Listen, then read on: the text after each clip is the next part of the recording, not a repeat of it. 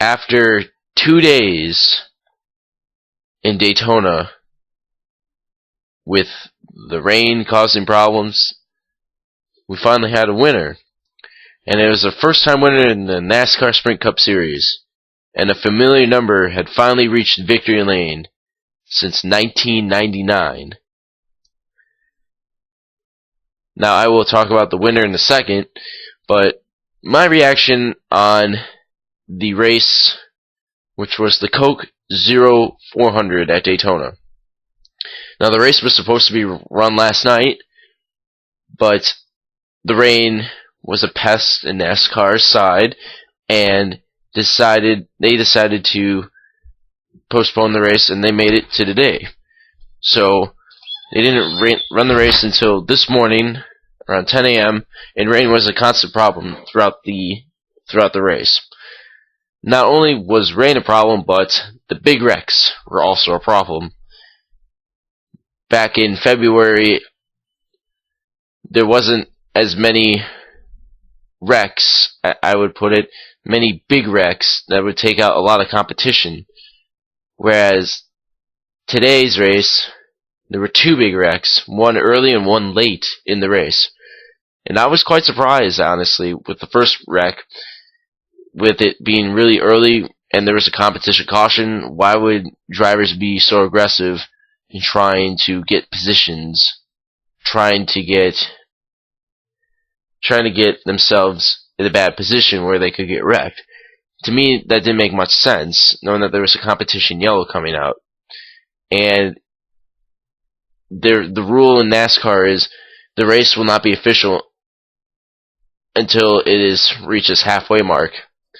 And if the race cannot be completed after the halfway mark, the race will be called. So the wreck that happened pretty early during the race, I didn't quite understand why many drivers were just, being real aggressive, I guess. But anywho, the second wreck, I wasn't really surprised. It was after the halfway point, and drivers were trying to get as much as they can, trying to get to the win. And one mistake, and it just caused a huge pile-up. 26 cars, to be a matter of fact, in lap 98, with Kyle Busch being on his roof through it all. Now, that wreck, it was pretty bad when I saw it. When I saw it happen, my moment, as I saw it, I was like, oh my goodness, this is going to be bad. This is probably going to take out the entire field. And it took out half of the field. So, I was not surprised when the wreck happened in the front that most of the competitors behind the incident would get involved as well.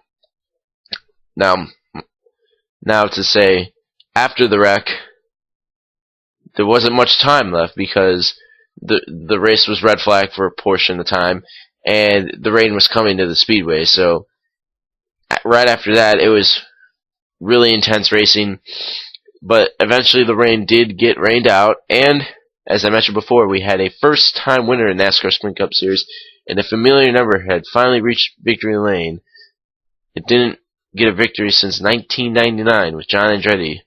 Yes, I'm talking about the famed 43.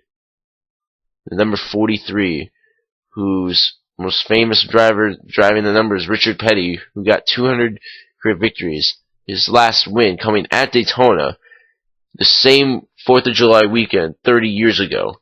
So 30 years ago on July 4th weekend, that is when Richard Petty won his last race at Daytona. So, to me, historically, this win is great for not only Eric Almirola, who gets his first career win, but for the team and for the sport of NASCAR in a historical sense, that the 43 car had finally won a race at Daytona, if you will. The last win for the 43 was John Andretti. I'm not particularly sure what track it was, but it was in 1999 when John Andretti won his last race with the 43.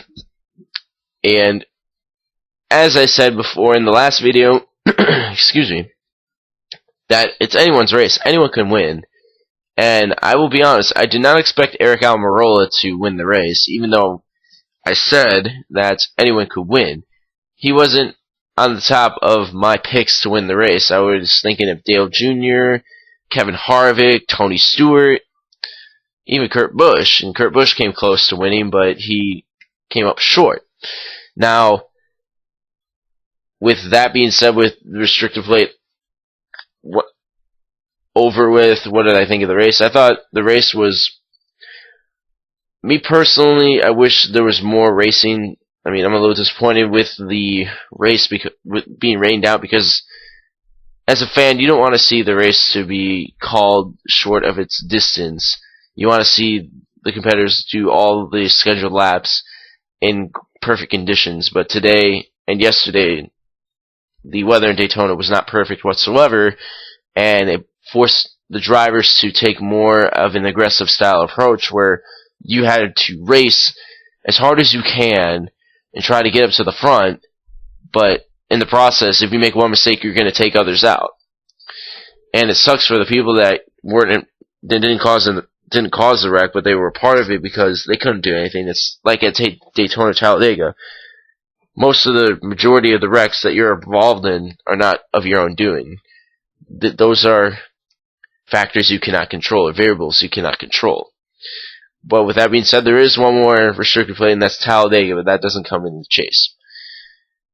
The final race for TNT will be next week in New Hampshire, the Magic Mile. So that will be taking place next week.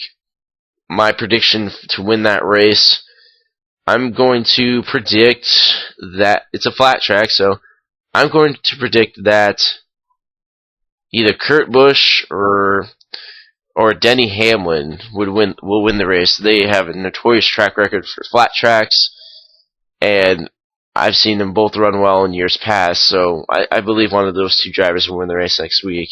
But I think next week's race will be, what I predict will be a long stretch of green flag runs, not a lot of cautions. But today's race, again, I wish there was more racing due to the fact that the rain did play a part in it and shorten the race length. But congratulations to Eric Almirola for winning his first career NASCAR Sprint Cup race. It's great to see him win, and for the 43 car to be in victory lane once again.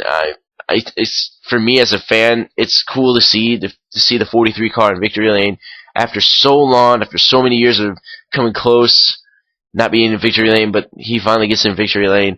I think it's cool for the sport, and awesome for Richard Petty Motorsports for him, especially with the 43 car being back in victory lane.